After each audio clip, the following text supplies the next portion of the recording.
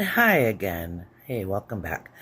Today's styling is an ankh necklace made in our wonderful resin mold and a pair of earrings today, which are using some paper quilling techniques for the framework, like we've seen in some of our other tutorials that we've learned how to do prior to today. And then I've filled in the inside with some colored cellophane and brightly iridescent items, and also used the translucence of the inside of the frame as part of the design. I'm not sure how much of that is coming through, but we're going to be working on something like this today, and one of the tools that I've mentioned and shown during our paper quilling is a mandrel. That this particular one is shaped like a teardrop shape, but they come in many shapes, and I'll be offering some kits, so all the shapes will be available, as well as some paper quilling paper and tools, and these will help you if you are having issues with sourcing, or if you would just like to have the convenience of having your kits for these tutorials sourced easily from the teacher herself, who is me. And so I thank you for being here. Again, please subscribe if you haven't already, like and share and follow, and then do all the things. Work on these pieces and tell me how you're doing with them. We're going to have a great time working with paper and resin today, putting some of the pieces together, and then using some of the techniques like opening and closing jump rings and attaching pieces together with our wire wrapping tools that we've worked on, really coming to fruition with a few different techniques today. And I want you to take a moment and pause for reflection. You started out with or without skills. You've so far learned how to do paper quilling. You've learned how to use paper quilling for other things. You've learned how to use recycled paper and use glaze of resin to make those paper pieces long-lasting. And you've learned how to use resin in some molds in a few different ways, connecting those pieces together to make a variety of beautiful and useful items, customizable and personalized items as well. And you're putting it all together with wire in ways that are unique and customized to you. And this is something to be proud of, and it's a milestone.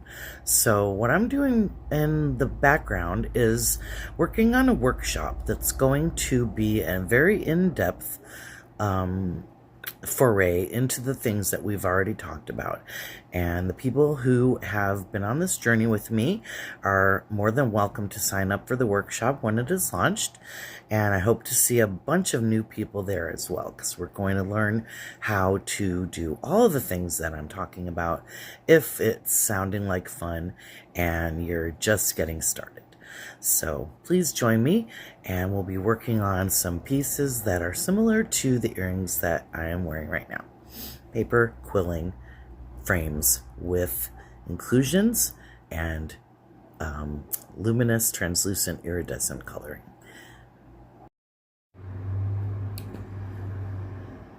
Welcome back. We are here in my creative bazaar, and I'm showing a beautiful technique for using some different quilling tools and some paper quilling strips that you would already have if you had been following along with our previous videos.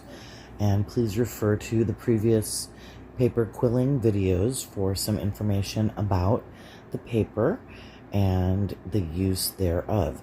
And today we'll be using these stepped mandrels, which are also sometimes referred to as quilling mandrels, and they probably have some other names too with brand names. And as you can see below, I have a pair of earrings which I've made on this teardrop shaped mandrel, and that one has had a little bit of a head start done for us today, and I do have some other pieces started as well. A smaller smaller square piece or a diamond shape, and then as well a round shape.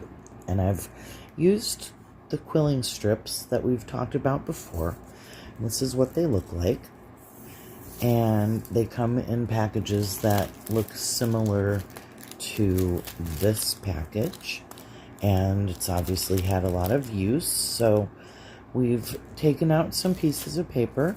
And the reasons for these color choices are basically that it's springtime and we can think about some lemonade at the beach and use some symbology and some ritual in our making, and we can get that vibe that we might be wanting or have been missing. And so we have our paper quilling strip, and what I've done is I've taken 2 of the blue color. I'm sorry, it looks like, I can't tell if it's 2 or 1. It looks like it's just 1. Okay, sorry. 1 long blue strip and 2 long yellow strips. And I've taken the liberty of gluing these together at the end. And as an example, I can show you how to do that. And so in this case, I have 1 piece of blue and another piece of yellow. And I like to hold them crisscrossed like this because then I can have access to both ends right at the same time. I'm going to add a dab of glue, and then I will make sure that I'm on camera as I press the 2 ends together. And I make sure that they're lined up nice and straight. Press that for a few minutes with your fingers that might have dye on them like mine do. And then we're going to just leave that to the side for a few moments to make sure that that dries. And you can use whatever color combination you want. For this quilled teardrop shape, and its mate right here, because I would be using these to make earrings, as we see here. The blue shape, the blue teardrop shape, as you can also see, it's a little bit smaller. And what you can do with these mandrels is you can use the different stepped sections to give you a different shape of final result. And your shape will be the negative shape, or the inside space will be the shape, the inside. And then the part that you wrap it around, the frame will be a little bit bigger than that. And so that is a good way to sit there and think about your designs as you're making them. And what I've done here is I have started this pair, and this color I've just used plain blue for these, as I did use a pink for these pair right here. For the yellow pair, which I've started and which we can do another little bit of with this other strip of paper that we have here, we can make the other part of this. As you can see, I have used the when I showed you that we had 1 piece of blue strip connected to 2 pieces of yellow strip, then you can see here where I've started my circle against this tool with the blue strip, wrapping it around until I reached the yellow strip, which I then continued to wrap. And as you can see here, like with the pink pair, I have used some colored cellophane, which I have right here. And one thing I love about colored cellophane, and I always have, is how when you put them together, you obviously can make beautiful colors like green with blue and yellow. So that's a fun trait that you can exploit if you want to. You can see we have a pretty interesting orange here where I've got the yellow on top of the pink. And then, of course, we'd probably have a really nice, in this case, pretty deep dark purple. And I'm going to flip these over so you can see that on the back I did not place iridescent cellophane elements on the other side of, or the reverse or the back of these earrings. I only put it on the front. So, you know, you do get a little bit of a different look, a reversible look. And as you can see, the iridescent colors are a little more subtle, but still so beautiful. Look at that purple, glowing cobalt blue.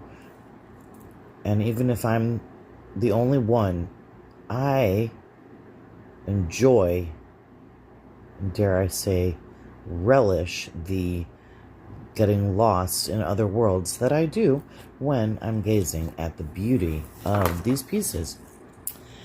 Just saying. And as you can see here, we have a little bit of a deep well or cavity inside of here, which is created by the width of the quilling paper.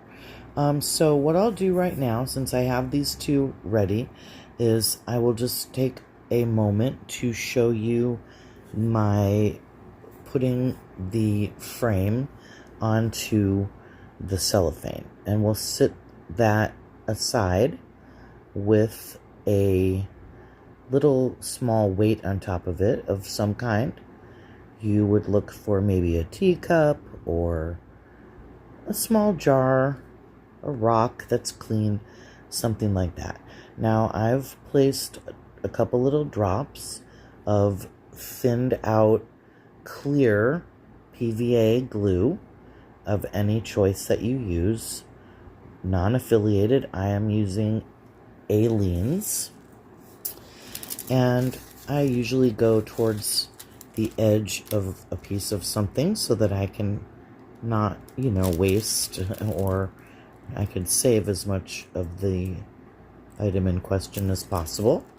And I'm just going to press that down and hold it for a few moments as I count to 10 or 30 seconds maybe. And then, as I said, we're going to, and I will just place that aside with a small weight on top of it. And I'm just going to let that dry for a few moments.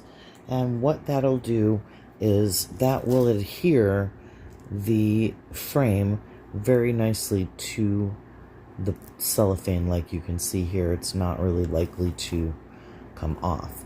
And then, of course, what we're going to be doing, we'll be adding some resin to this on both sides, on the inside and the outside. It is certainly possible, while you're layering your dichroish elements from Little Windows resin, or your other types of glittery substance that you would be putting inside the layers, the thin layers of UV resin that you would put inside of here. And then we're going to be curing that with our light. So anyway, as you were doing that, if you wanted to, especially since, as you can see maybe a little bit, I have made this particular series of frames a little bit thicker just because of the paper that I used. And you can think about that when you're thinking about what you want to put inside of it and how much resin you might want to put inside of it. Some tricks for decreasing the amount of resin that you use. You could fill the cavity with some other things. Obviously, we're taking up a little bit of the space inside of here with some iridescent elements, and those go on in layers. So I would be putting a layer of maybe, and I'll show you all of this. I would be putting maybe a layer of, let's say, some iridescent glitter alcohol ink. Then after the first layer of resin, I would do that. Then I would put another layer of resin, cure that, and I would maybe put some, stick with a little bit of liquid resin, some of the iridescent elements. Building it up in layers creates a huge amount of depth, and it can also create a little bit of excess space sometimes. So if you wanted to, let's say you wanted to have the iridescent elements be mostly towards this side of your piece of jewelry, you could place them in, put a thin layer of resin on this side and on this side, just to seal up all the paper inside of a nice good layer of resin. Cure all of that so it's nice and hard and shiny, and then put a layer inside. You're going to use that layer to place your iridescent elements, maybe another layer or two to give it some depth when you're looking at it from this side. Then, if you wanted to, let's say, have this back side, instead of being open and translucent like these, you could just as easily have it be opaque. And so some things that you can put inside are layers of paper. So you can put a thin layer of resin, cut a few pieces of paper that are the same size and shape as your shape that you're using, place them inside, press them down with your paintbrush, and then you will see them in real time soaking up your resin. And then you can cure that, and you can cure it from both sides, because as we remember, UV resin has to have something translucent or clear to be able to fully cure as best as possible. Although most kinds of paper are relatively translucent, especially when they are wet or oily with resin. So you can use paper. You could use some used coffee grounds that you have if you wanted a more dark and opaque look. You could even maybe put in a piece of white paper and then resin, cure that, and then place some coffee grounds. Fill that up with resin and coffee grounds, cure that, and then you would have reduced the amount of resin that you used by a great deal by putting both paper and another substance. I would also recommend using salt, trying salt inside of your resin sometimes. It gives a very interesting effect. And there's probably many other things that you could use as well. Obviously, people put tons of different things inside of resin, like little tiny gears and sprinkles and obviously glitter. Obviously, we've done some videos where we've placed more found paper and writing in pictures inside. So let me take a moment and show you the way to wrap your paper strip around this tool. And we're going to again use our glue. We're going to have our glue handy at all times. And let me see. It looks like that I used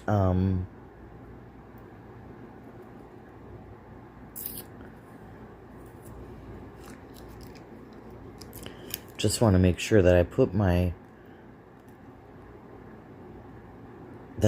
paper on the right place. And that's fine if I don't. It won't be the biggest horrible thing in the world. Okay, so we're going to go right here, and I'm going to wrap my piece of quilling strip paper very tightly as I can, tightly and smoothly. I'm trying to make sure that the end of my paper stays kind of handy. I'm going to hold this on the back and the front. I'm going to try to leave a finger open if I can, so that I can use that. And I put a little bit of a decent amount of glue. And then, like I said, we're going to wrap this as tightly as we can. And you want to take a little bit of time to manipulate this part. This is the beginning, and it sets you up for success if you get everything lined up really well. One of the things that's going to happen is this paper will try to slip away slightly from the base of where you're wrapping it. And it'll also try to kind of sort of come loose over here sometimes. And so we just really want to make sure we hold that down for a couple of minutes. As you saw, I put my glue here first. Now I'm going to put my glue here. So I'm going to put a glue for a few inches just a little drop of glue all the way down. I'm going to smooth it with my finger, and then I will just start tightly wrapping.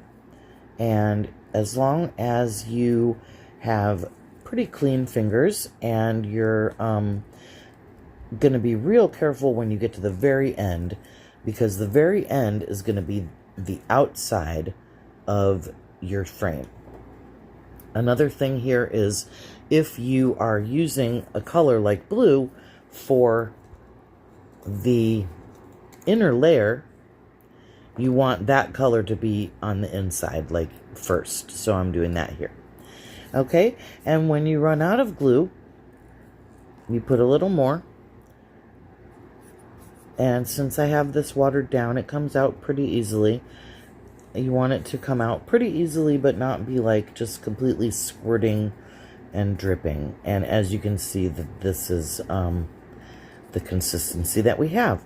One reason why I dilute my glue with a little bit of water is A, like I said, to get this beautiful consistency of the glue, and B, it does also stretch our supplies a little bit. And if you remember back to our earlier lessons, we were talking about how as an artist we do have a budget, and we do make sure we try to stay within our budget, but we also always make sure that we are prioritizing ourselves as artists and our inner muse is getting fed. And so we do need to purchase supplies sometimes.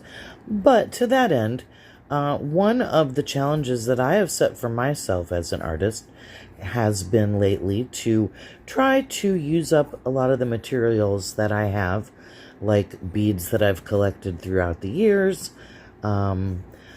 paper colors that might not have been my favorites, that's why they're left, and I have, used all my favorites, but I don't want to just buy new paper because of not having my favorite colors.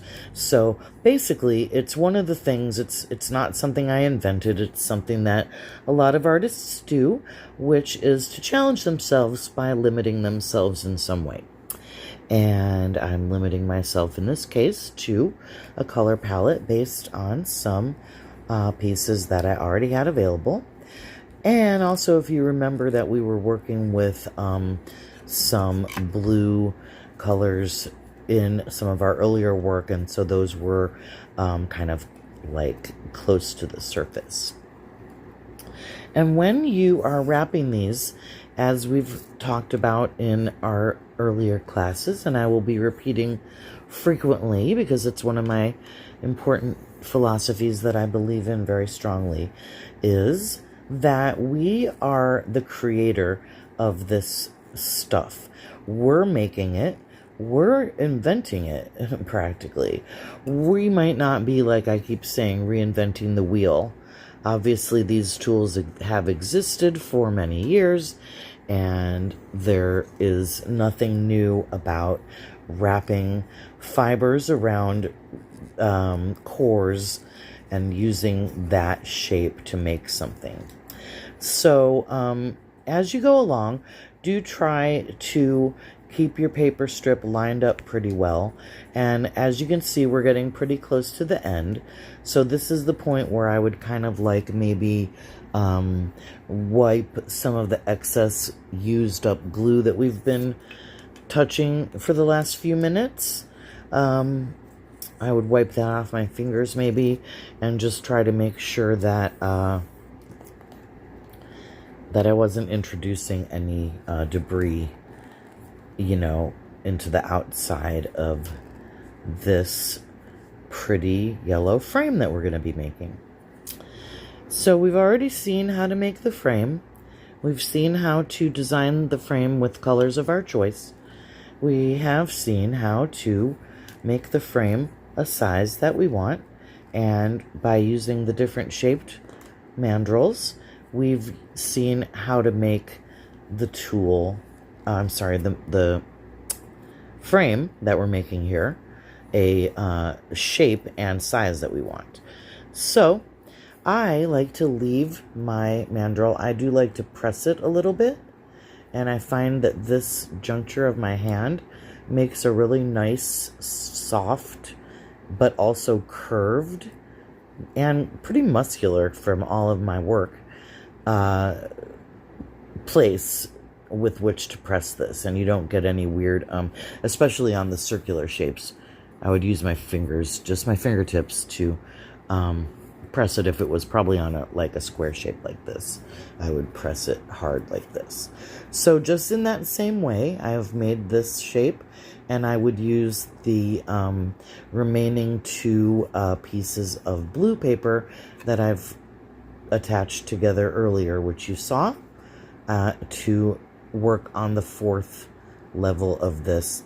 And it's a good idea to maybe just take your journal and jot down, 1, 2, 3, 4 down from the top makes the earring shape that is, you'd probably want to measure this for exact measurement, but I would say it's maybe like 12 millimeters square or so. And it's about a half an inch, a little bit more than that probably. And so I would do the same thing on this mandrel, make the second square shape, and then once my shapes have taken the time to dry, and remember, as we have been gluing them along, and remember, this is dye on my hand, not dirt. So thankfully, we have laminated these strips together, and we're gonna, make sure we press it as it's drying, not over and over again, but at the beginning, we want to make sure that we've given it a good burnishing and make sure that it's all nice and smooth. And when it's dry, it's gonna be basically like a solid mass, almost like a piece of wood. And we've made that. So we will glue the rest of these pieces to their appropriate colors of cellophane. And when I am able to, I will add the information about some of these products that I've used, or at least I can show you a link. And like I've said, I am currently not yet, as they say, monetized. I do not have any affiliate links, but I do want to share with you what I am using because it works for me. To cut these out, sometimes I like to do a little bit of a rough cut, and which makes it a little less of this big flappy piece of blue cellophane floating about, or whatever color you're using. And of course, since we are making pieces that include colored inclusions, we can, let's say we wanted to make something similar to this, we could put some of pieces like this inside as well in some of our layers. This one fits pretty nicely inside of there. You could do maybe a couple of cross pieces going the other way and give these a lot of graphic interest with some of these colored pieces. So I would recommend, as usual, having a small envelope or even just a piece of paper or a baggie. Loose pieces can go inside little by little as you come up with them. And so the next step in the process will be, when I come back in just a moment, we're going to put some resin in here, paint it on, show you how that's going to go. And then we will be able to continue designing the inside part of our beautiful, several pairs of beautiful earrings. Thank you very much, and I'll see you in a moment. Hello, all stars. We are here together today. And if you are here today, whatever day that may be, you are welcome in my bazaar. And I welcome you. I am here today with these very pretty pieces of paper, and I have taken the liberty of starting, or really quite finishing, some of these in order to make our day here go a little more smoothly. And as we gaze at these lovely designs for a few moments, let's let Rebecca, that's me by the way, let's let Rebecca rant for a few minutes and just tell a little bit of a story about some things.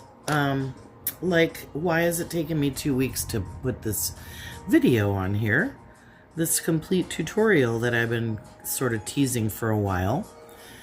And then it's 2 weeks later, and here it is, even a couple days after I just promised it to everyone. So, for those of you that are waiting for this, welcome, and I'm so proud to be able to show you this beautiful project. It's a very versatile project, not just because of all the colors, shapes, and sizes that are available to be done, but because these things can be used for a lot of different things. They could be used as sun catchers. Today I'll be working on earrings. They can be obviously pendants for any other kind of jewelry, a keychain, an ornament. Be creative. This is all about creativity. And so a few details about me that I'll go over again. As you may remember, my full-time state government job is very essential and responsible, and it takes up quite a bit of my time, as you can imagine.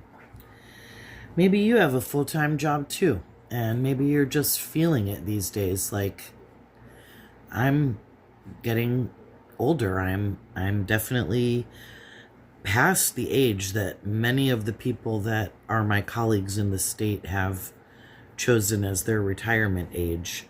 And even if I go for a few more years to get to that point of a little bit more money per month, and also gonna just take a moment to clean my brushes here. Even if I make it that long to get my pension and my, my fuller pension as much as I can, guess what I'm just saying here, guys, is that I've been burnt out for many, many years. I've had some challenges, like this 7 years or 8 years that I've been at this job. This is the longest by far of any jobs that I've had. Maybe you can relate to that, starting work as a teenager and having a new job every few months or few years at the most. And the reasons for changing was anything from I just felt like it. There was a lot of other stuff available. When you live in the Bay Area for a long time, like I did, like we did, there were so many jobs available. I felt like invincible that I could find a job. And I've always been great at interviewing and things like that. And it turns out that I've been masking for my whole entire life because I developed an idea about how people wanted things to be. And because I had so many things about myself that people have always told me were wrong with me or not acceptable, I figured if I could find out something to do that would make people not be mad at me or not like me, would make people like me or at least tolerate and accept me, because I'm so terrible, right? That's another part of it, but let's not affirm that, because as we all know, we are wondrous, luminous beings, and our interconnectivity, honestly, actually behooves us or makes us responsible for each other to some degree, whether we acknowledge that or are aware of that or not. And I live with so much regret, you guys, so much about just like simply, for example, not starting my government career at a young enough age to be able to be retired now. There's my supervisor is like decades younger than me, and she has already been there like, 2 or 3 times longer than me. So it's like it's just I didn't have the right outlook to some degree. And I'm paying for it now by wanting to be a full-time artist and teacher and educator and workshop leader and guide and mentor, if you will. Even though I've had my bad experiences with mentorship in the last 10 years, I spent 5 years succumbing to a MLM cult, I guess you could say. And my husband and I were living in a very impoverished situation, but yet we were perpetrating like we were doing well, and we were trying to go out and about and engage people in this mentorship situation where we had no business being there. We were not doing well business-wise. We were spending all kinds of money that we didn't have, that my poor husband would work for and that I was working for. And then I broke my leg right at the beginning of that. So couldn't walk, couldn't really work, and living in this trailer on somebody's property. I mean, these are just issues, okay? People have issues, and I am one of those people. Vulnerability. I think that's going to become my buzzword. Transparency, vulnerability, and I've been having some rough times lately. I've been having some really good times too, compared to things that were true about me a year ago. I've been working super hard on my health and fitness, and I've actually taken about almost 60 pounds off of my body this past 7 months, which is utterly amazing if you consider that I gained and lost about 5 pounds a week every week for the last couple of years before this. Feeling pretty good about that. With our jobs, my husband and I both working for the state, we've been able to obviously become first-time homeowners, and it's now been 5 years. We moved out of survival mode into a nesting situation, and of course, right when we did that, a few bad things happened, and we became, both of us pretty depressed. Obviously, we went through COVID times with everyone else, and we can't really prove it, but I definitely believe I have long COVID, like a lot of you might have. And doing art and crafts and teaching people and sharing this joy and this wonder and this creative spark with people is a vision and a mission of mine, and it helps me. It's something that I can't even stop doing. But in those last 10 years, I did stop for a long time. I actually was teaching and working and selling a lot of jewelry and art classes in the Bay Area. And even when I moved up here, well, not as far as we live right now, where we bought our house, another long story, moving away an hour and a half north of where our jobs were centered forced me to have to get my therapist to help me get reasonable accommodations to work from home full-time 100%, which I will let them fire me before I will stop doing that. And that is an honest transparency on my part. That is 100% true. I will never set foot in that building again. And my poor husband, unfortunately, has to go back 2 days a week. But even though they're making everyone else go back 4 days a week, he's been able to get reasonable accommodations as well, at least for keeping the status quo of him only having to drive an hour and a half both ways twice a week instead of every day or 4 days. Oh my gosh, what do they do to us? What do they do to us? And it's not even about money, you guys. I know if I quit now, I won't be able to afford having a roof over my head, and I'm too traumatized by that to go back to that. And here we are. So if you are still here, thank you. I've been crying a lot this week. If my voice sounds scratchy or nasally, that would probably be why. But let's do a little bit of art here.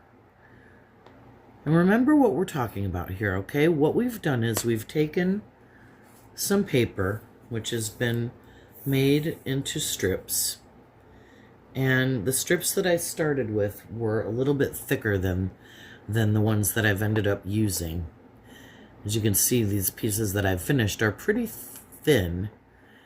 And it was because I was noticing that with these thick pieces, since you're filling up these pieces with resin, and my piece would be about as thick as the paper, so I was having to fill it up with a lot of resin, and it was using up a lot. It felt wasteful. It felt heavy. It felt clunky. It didn't feel like pretty and slender and attractive. Not that everything slender is pretty and attractive, but in this case, these felt like they needed to be a little more delicate. And so what we've done with this paper, we've taken this tool, which is called a mandrel. And this is a stepped mandrel because it goes from one size in a step formation down or up to the larger or smaller sizes. And we've wrapped our paper around this tool, whether it be round or we have square ones, teardrop shapes, football shapes, triangles, and many other shapes.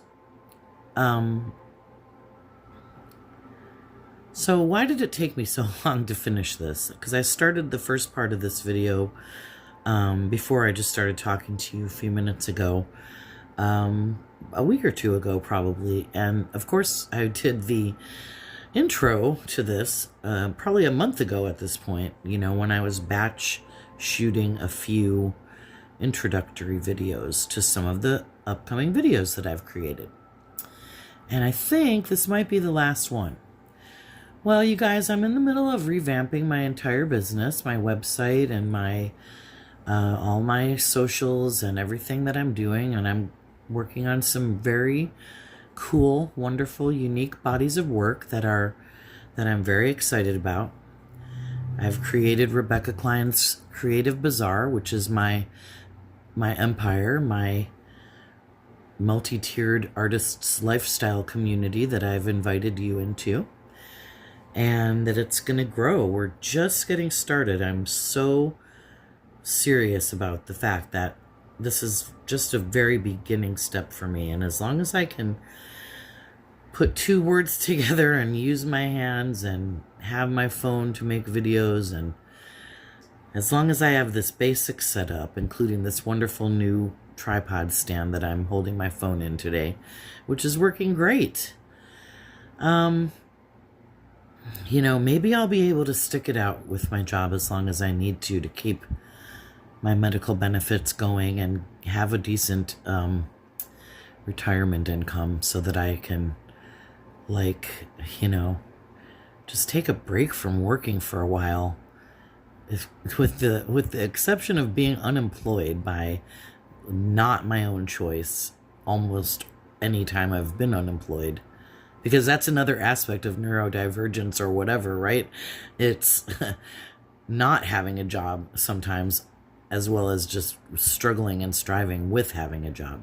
Even ones that we love or that are wonderful. We're dropping our masks sometimes and people are thinking we're weird, or they are being themselves and we don't realize that they're manipulating us, and then we get into a whole bunch of different problems and this and that and the other. So I've been working really hard, twice as much as my full-time job, because I've been doing my entrepreneurship in the in-between times. It's very difficult and very challenging, and I'm gonna be really honest here again. I'm being a little bit disappointed with some of the results that I've been having, and I'm really forcing myself to focus on my patience and my perseverance. And so just, sometimes you're like, oh my gosh, you have to do that, even if it's something fun. And that's what I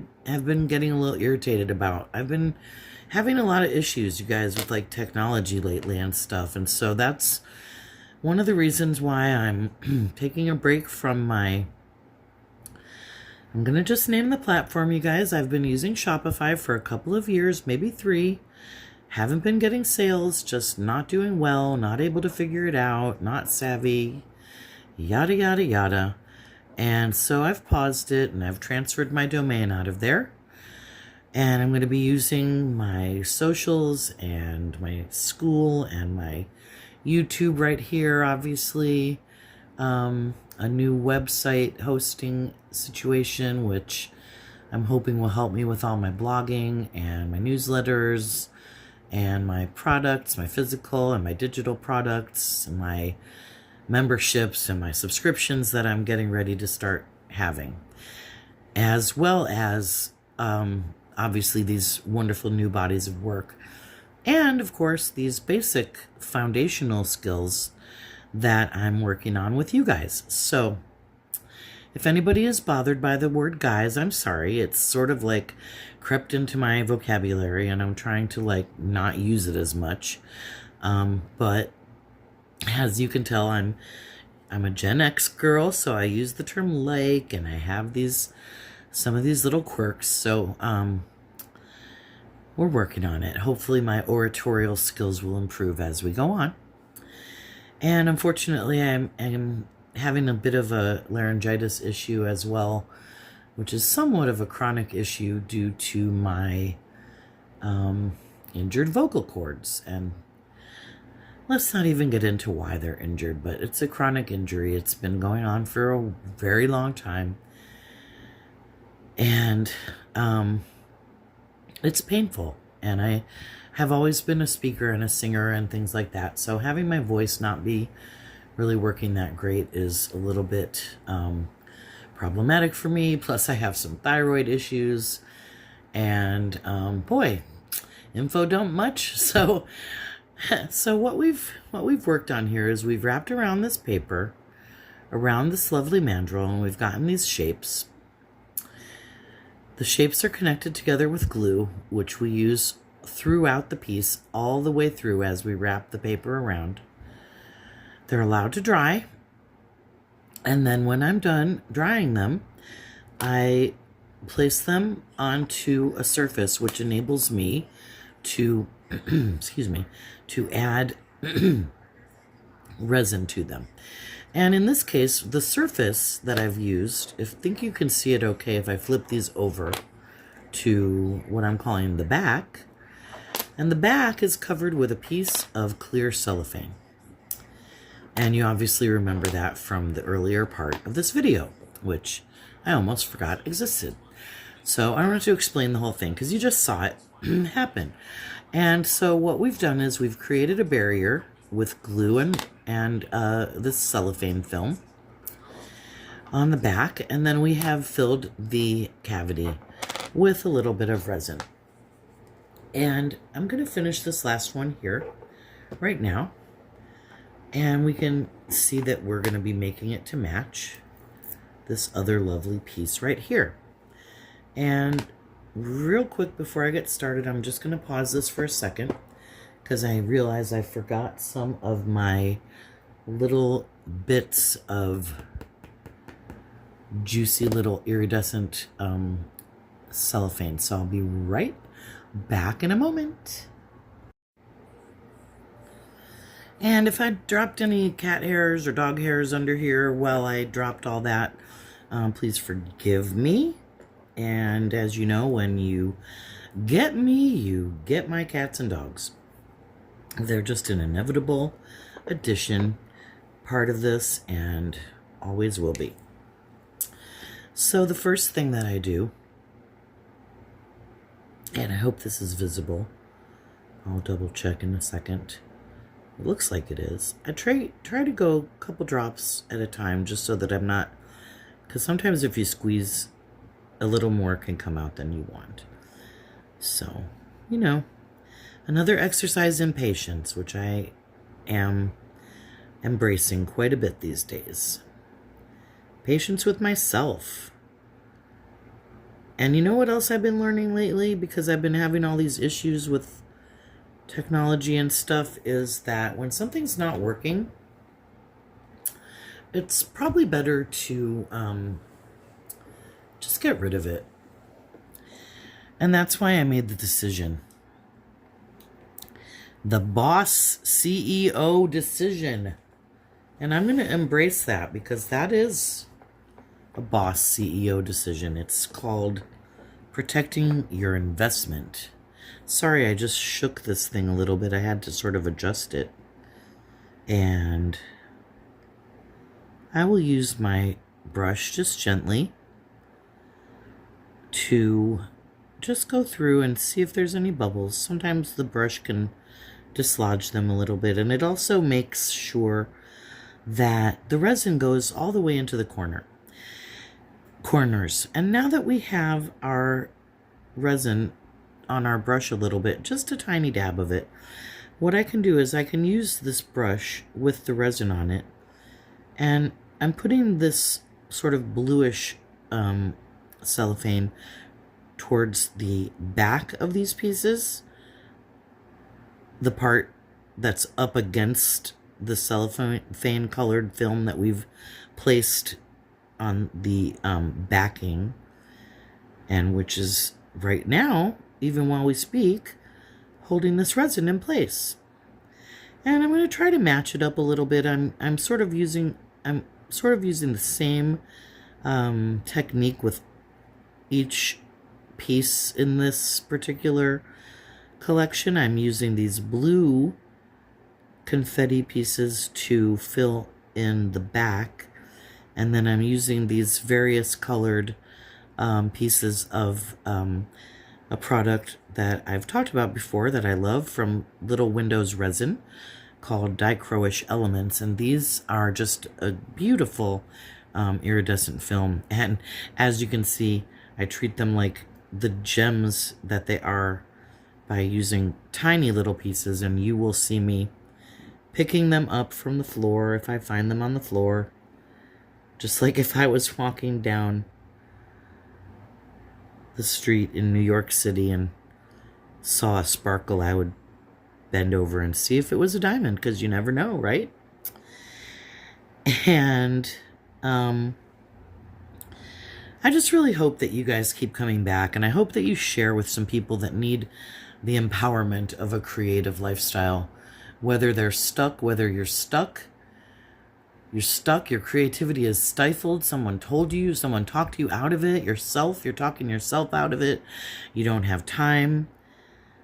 Believe me, I brought myself all the way back from losing everything that I had. Losing my contacts, not losing them, but just not being in touch with them anymore. Whether it was due to my neurodivergence or moving around a lot, these feelings that we get of like imposter syndrome and this and that. So help me to help you, and help me to help them. Okay, we were gonna build this beautiful community together. It's gonna be like so vast and just so rockin'. And to me it already is, because I gotta tell you, this feels so much better than even the things at my full-time job that I've had to do all day that were, just not sparking my joy, if I could use someone else's phrase. Not really fulfilling me. And I'm just like, okay, I was so grateful to get this job. So grateful, because we went from homeless to first-time homeowners. And we went from in survival mode to being able to nest, even if our nesting was like hiding in the corner with a blanket over our head, for 4 years. And I'm going to just shine this light on it, and I'll keep talking for a few minutes while this cures. Obviously use your eye protection. Make sure that your hands are protected. Today I'm only using a small amount of resin and a paintbrush, so I'm choosing to go without gloves today. But I would always recommend to always follow as many safety precautions as you can. And we're going to cure this for about maybe 10 seconds to 30 seconds while I probably lost my train of thought before, but it was just a little bit about still kind of complaining about my job and everything and how this is so much more fulfilling than that. And even if you don't, really love arts and crafts, I'm sure that you know someone that does who would enjoy this project for you to make for them, or enjoy this tutorial for you to send it to them. And if you and your friends love beautiful jewelry, then you can collect, you can collect them. Collect them from me. Be part of my inner circle. Stick with me here, and we will probably within the next month or two. It's July 1st today. It's the beginning of the fiscal year. And it's the beginning of a new month. It's just been the solstice, and we can welcome summer. Just in case I'm spreading a little too much of this resin from the inside down around the outside, I'm going to just push this over. It's already stuck. So I'm going to wait. I'm going to cure this right now. And then once it's cured, I'm going to pry it off of here. The resin doesn't really stick to this table surface, but it did spill out a little bit, as you can see. And so I'm not sure if I spilled it now while I was using this paintbrush to glaze the outside of this piece, or if it leaked out a little bit from the edge because of the cellophane not being attached so well. So we like to call those, don't we, artist disasters, and they're not very serious because they can always be fixed or dealt with. In the grand scheme of things, if we had to remake this entire piece, we're using about 2 pieces of paper and a teaspoon of resin. So even that wouldn't be the worst thing in the world.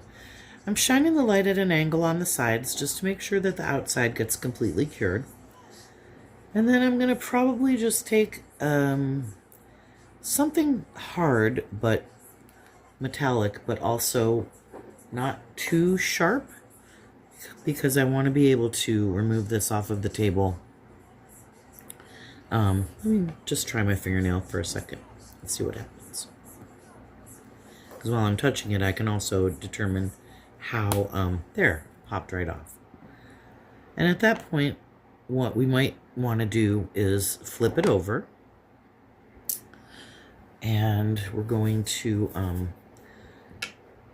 cure the back just before I add any more resin. And although there's cellophane on the back, of course I'm going to also resin glaze the entire back of the piece, because that way the resin will encase the cellophane. It will encase all of our good little pieces that we're putting inside of iridescent cellophane. And it just forms a nice smooth finish on the outside all the way around. Plus it gives us an opportunity to glaze the edge or the sides of the piece a little bit more, because we are able to, paint that resin that we're putting on this back side a little bit down the sides as well, just like you saw me do with the front. The piece is still a little bit sticky, so I'm going to keep curing it for another minute or so. I'll be right back. Okay, beautiful all-stars. My friends that I haven't even spoken to, except for in a few comments.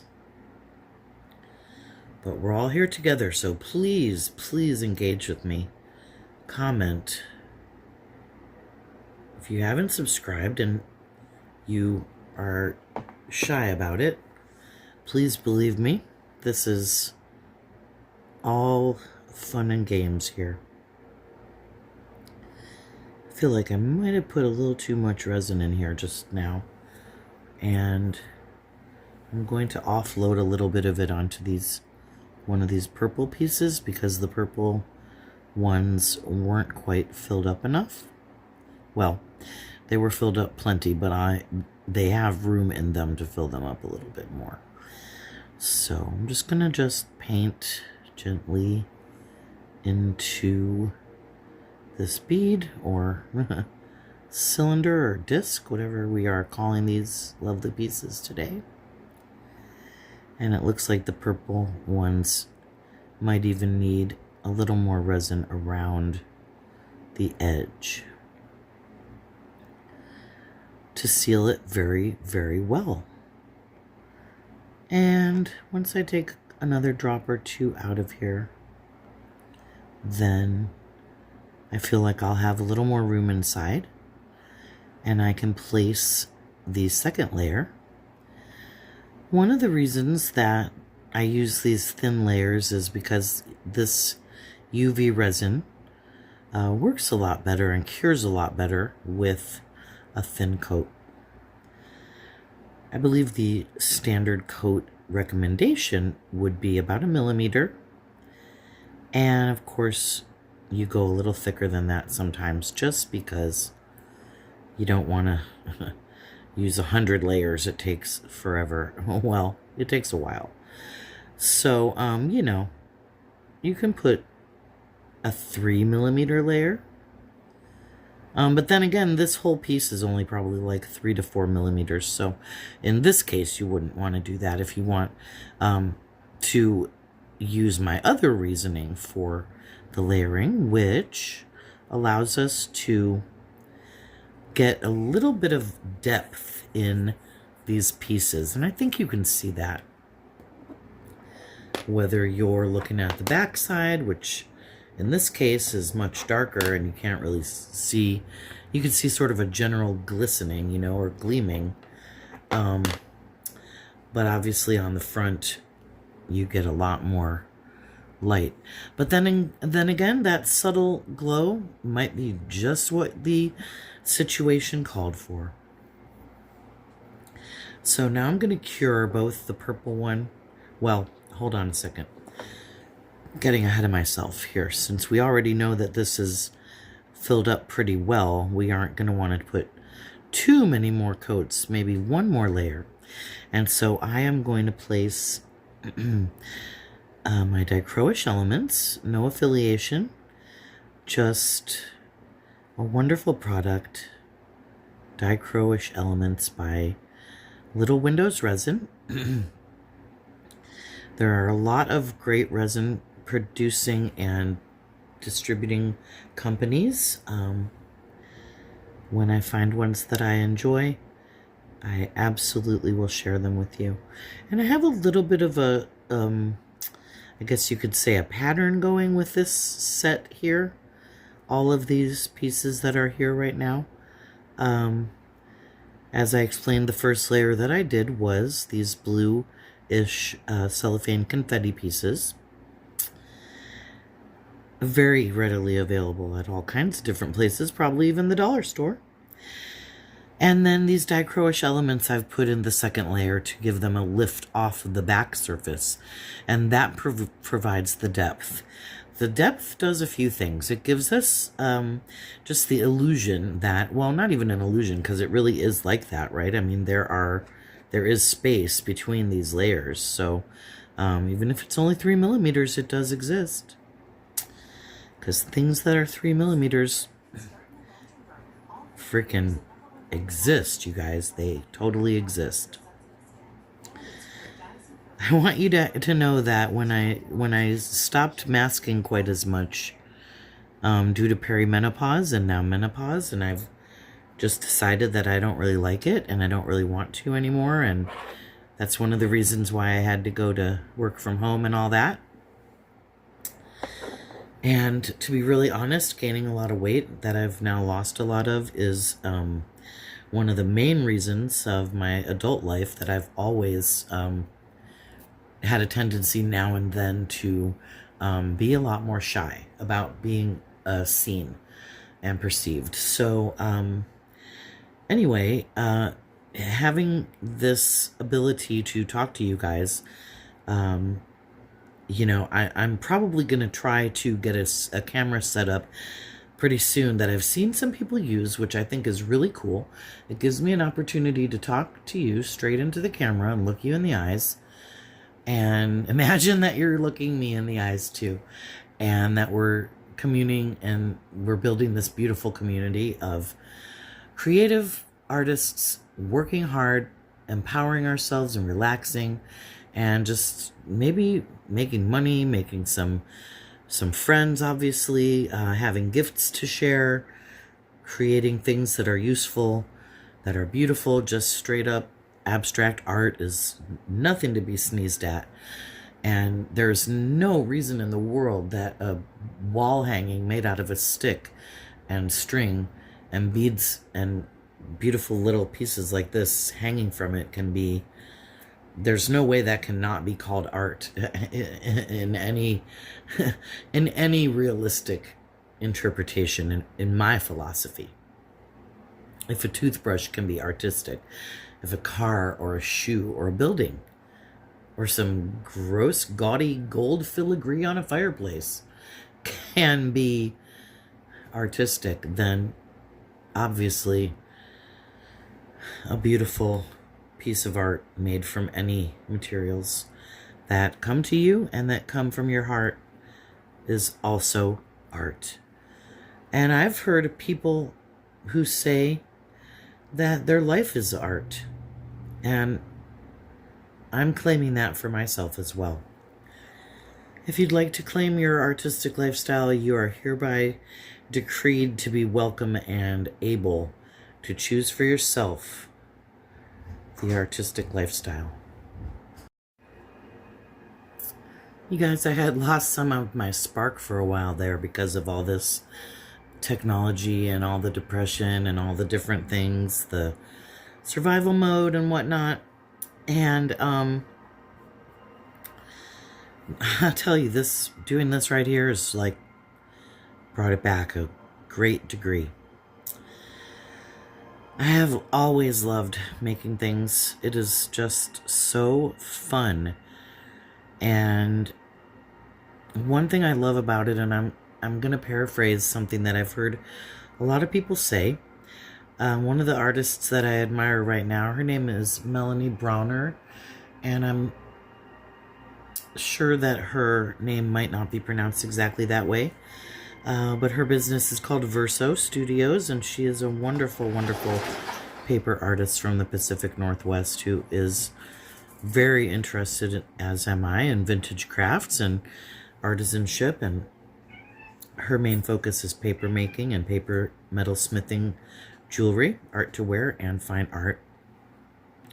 Obviously, again, no affiliation, but just very inspired by her. And her one of her philosophies is that there is limited gatekeeping, and we want to share these treats with others.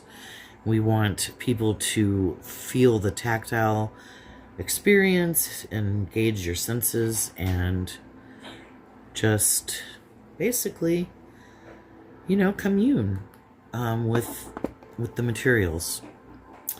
And so we've got this nice smooth surface on the back now, and I'll probably smooth this edge a little bit with just either a file or even just the edge of my scissors, just to scrape that off and get it nice and smooth, making sure that all of those kind of parts where it might be a little sharp, we don't want anything like that on any of our jewelry. And we do want our puppies around, so if they bark every once in a while, we give them a little bit of credit on that. And we're getting to the home stretch. It's getting closer. As you can see, we also have some, obviously, jewelry findings here. We have head pins, and I have a few different sizes of jump rings.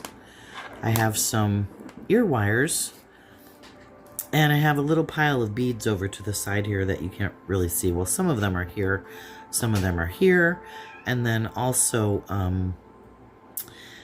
the one question you might be asking is, how are we getting a hole at the top of these pendants in order to hang them? And so that's going to be fun. We're going to play with some power tools in a few minutes. And if you have a name brand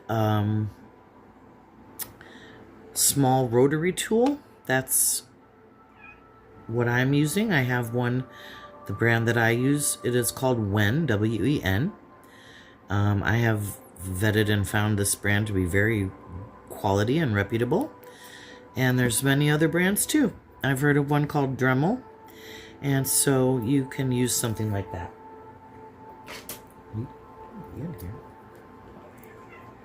So, alright, so I think since we did the this pair, you know, this project was kind of inspired by my original project, I decided to make the pair of earrings that we're going to make right now with this pink one. And it's going to get a little loud for a second because I'm actually going to drill these holes. So I'm going to take my tool, which is right here. I have my flex shaft with my bit on here. And obviously follow your safety precautions and your product instructions, and wear a safety mask like I am, which might make my voice sound a little weird because it's squeezing my nose and muffling my words. And I'm going to just choose a place at the top of each of these pieces, and I'm going to just drill a hole. And so this is where you would take your piece, and I'm going to use my teardrop shapes in the shape of a falling drop. So I'll be putting the hole here-ish. And then if I was going to use, like, say, a triangle in a dangling way like that, I could put the hole up here, or maybe turn it around a few times and see which of these places has maybe less of the materials, so that I wasn't going to poke a hole through the beautiful, you know, jewel tone pieces that we've placed in here so painstakingly. So that's your time to be a designer, a creative designer, and to maybe even filter that into your designs a little bit, like maybe make a point, if you wanted to, of leaving some space blank. I want to put this on top of this clear one just so you can see that it's like so, whoopsie, so slippery. But, you know, just let me even put a piece of tissue here too that I use for my wiping my hands off with alcohol sometimes, and my brushes. It's so different when you have a black background versus a white background on some things. And that's one of the great things about art, is that it's always changing. All right, so here's the big sound, and we're going to just sort of do our thing. Hope this doesn't mess up. Actually, hold on. Okay, so I got a little more safety conscious here. Is this visible? No, of course not. Of course not. I'm going to try to hold it as straight up and down as I can. Center it the best I can.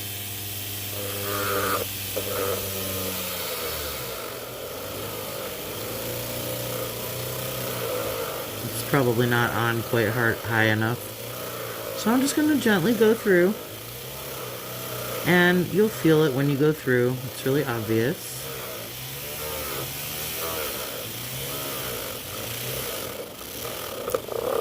That's how you know. So be careful. Just make sure nothing goes flying. And if you need to, you can always flip it over and do the other side real quick. Just make sure you go through the same spot. Jelly Bean, please be quiet.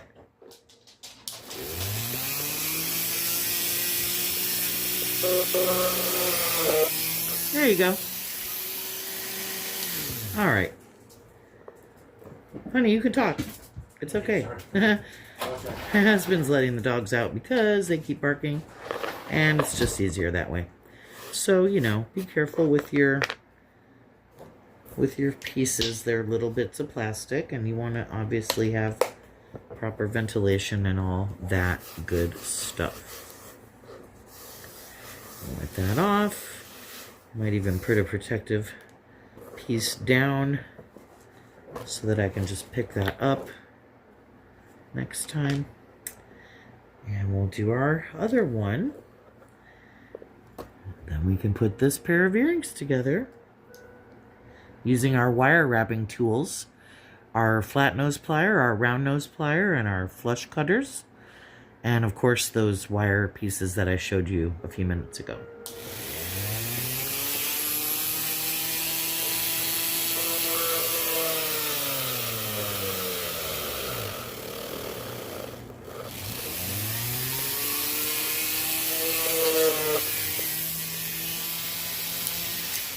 And that one went so much better because I turned up my tool just a little bit higher. Wipe that off and put that away nice and careful.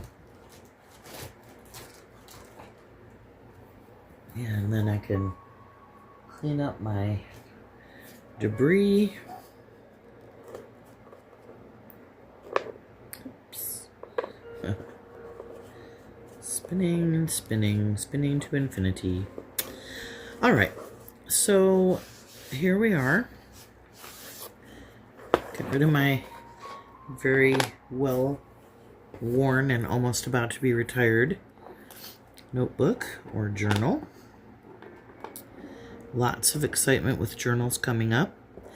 And, you know, we can do a few different things here. We can just put a jump ring, and I have some large ones that will fit really nicely through this hole. And if we want to do that, we can use that. Or we could actually make a very large hole for our wire wrap, which would be about this big or maybe a little bit smaller. And then we can do a bead on top of here and have that connect to our necklace. And if you wanted even another dangle down here, you could have another hole right here, and you could add a little dangling crystal for that matter. And so these are pink, obviously, and I might have some beads in here that have some neutrality to them, or a little bit of maybe a slightly different color. I'm going to use these cool faceted sort of flat squashed beads that have this really pretty milky opalescence to them. And so grab my large wire wrapping tool, and we remember that we place a 90-degree angle, and then we're going to make our loop pretty large, like I said, because we need it to wrap completely around and through this piece. You know, you can see that it needs a certain number of millimeters to go all the way around. And then continue our wire wrap until we get this nice loop shape, lollipop shape, whatever you want to think of it as. And we can then take that and open it up. And remember, we're going to open it in like an opening door fashion instead of trying to open that circle out to create this opening. And it needs to be almost as big as this piece. We're going to just put our piece on here, and then we can close that up the same way we opened it, right back to closed. And then when I grab it and grasp it with my flat nose pliers, it will be able to be squished closed, just that little bit more.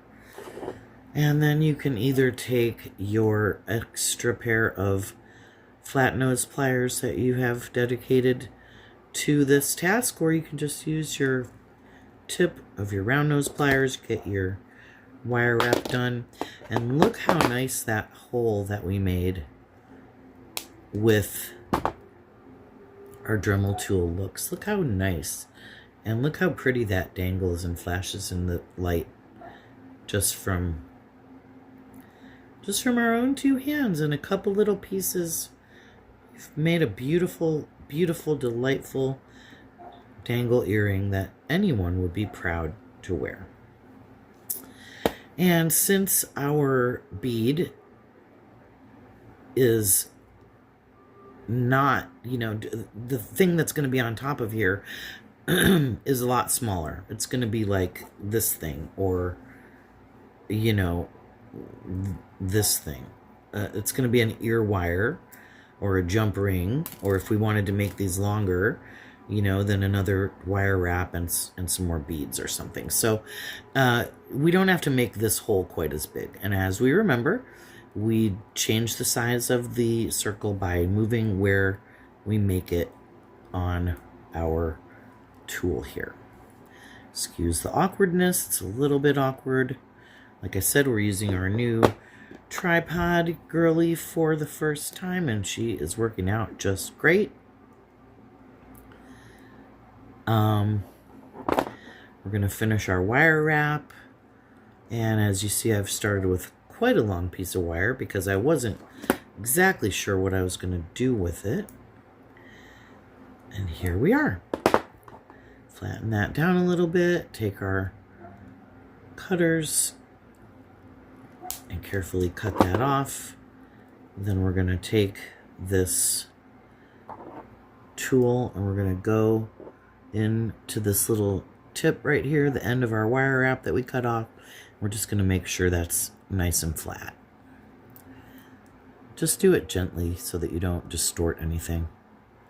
Always better to go in a couple of motions than try to do it all in one. And you can take the time to straighten your loop if you think it needs it. And you can do that to the other end too. A little bit thicker of a steel wire here. I believe this is a 20 gauge, which we are used to using, but it is feeling a little bit tricky today. So give yourself that patience to work with the products and materials that you have. Take a break from it if you need to. And now we can just take our ear wire. And we're almost done. We'll open that up, and it's just like a jump ring because we only want to open it in a gateway fashion instead of opening the circle into a bigger circle. And I've noticed something that here, I'll show you in real time. So I'll take one that's not open. The loop of the ear wire faces front to back, right? So it's sideways. You can see the circle. Front to back, you can just see a straight line. And those two things cannot connect together. So what we need to do is we need to turn the loop, and you could just turn the loop, or just turn the piece, but then when you're wearing it, it'll turn to the side, which is fine if you like that, and that could be the way it is, because then when people look at your silhouette from the side, they're seeing this beautiful shiny earring. But what I'm going to do is I am just going to turn this loop. I'll probably hold on to the other loop with a tool so that it just doesn't get distorted at all. And all you want to do is just go 1/4 turn. And now our circles are perpendicular to each other. And this top circle is perpendicular to our head pin. So now, as you can see, when you're going to wear the piece, it will dangle, showing its full face straight forward, And you can take this time to make sure that all your loops are nice and closed and everything's nice and smooth. Look at that. And as you can see, the piece next to it is ready to finish. Well, here we are. We are here, and to wax philosophical, we are here at the end, which is also the beginning. Imagine that. We have conceived and birthed into existence beautiful, ornamental pieces of art. And as the art pieces are finished, the new life of the earrings begins. What is this pair of earrings' life going to be? Are they going to a party? Are they going to a fancy ball or a wedding? Maybe they'll go to a graduation or a belly dancing class, or on a roller coaster, or on an airplane to Europe or some other far off land where you even may be right now. And it seems wonderfully far off to me, and I'll be there soon. I'll be there joining you as soon as I possibly can. As a matter of fact, one of my visions and goals is to be able to travel the world and teach things like this to all kinds of people all over the world and help build my global creative lifestyle movement. And as we finish up our pair of earrings here, I wanted to just mention that I created a second pair that I pierced a hole in the bottom, and I did a same wire wrap like we have on the top, but at the bottom I made this little trapeze shape for a beautiful little teardrop dangle shaped bead. Let me see if I can just put this earring on top of a little bit of a lighter surface just for a moment to give you that clean, crisp background that can show you such a glow. I don't know if that's coming through, but our pretty bead here at the bottom and our lovely circular disc that we made just looks wonderful in both of the incarnations that we've used. And as you know, you can make these in any color combination and size and shape that you want. So as we come to the end and the beginning of our project and the new life for our jewelry, which we can imagine giving to someone or wearing and enjoying ourselves, or we can sell them at a craft market or in a boutique or gallery. These are going to make a lovely gift for someone, no matter who it is, even if it's you. And you matter, and you should have nice things, and you should make nice things for yourself and others. So I want to remind you that if you can subscribe to my channel, like and share this video, and follow me, visit me on my social media and everywhere that you can. There's going to be all kinds of content showing up, and I will do my best to not wait 2 weeks for the rest of the videos. We're going to try to make these happen a lot more frequently and not get bogged down with technology, so that I can be here for you much more often. And even though I know that you're not really here with me right now, and I'm not really there with you right now, in some way, through the miracle of technological time travel, we are here together, and I'm very, very thankful for that. And I hope that a lot of you are enjoying this. We will meet again soon. And in the meantime, please engage with me. Please comment, especially if you can go to Instagram. I have a very nice free offer right now that gives you a bunch of really cool free digital downloads, printables, and really nice wallpapers and things like that. So go check it out. Comment Island, because it's an island themed digital art pack, and I really appreciate it. Again, if you share this with some people that you think want to learn how to do these wonderful things, and go back and watch some of the other videos if you missed any of them, they teach the foundational skills that we have built upon. There's at least 3 or 4 skills in this project, including the new skill that we just did of using our Wen rotary tool. Again, not affiliated, just like it. And so I hope you enjoyed it, and I hope to see you again soon. Thank you, and keep creating.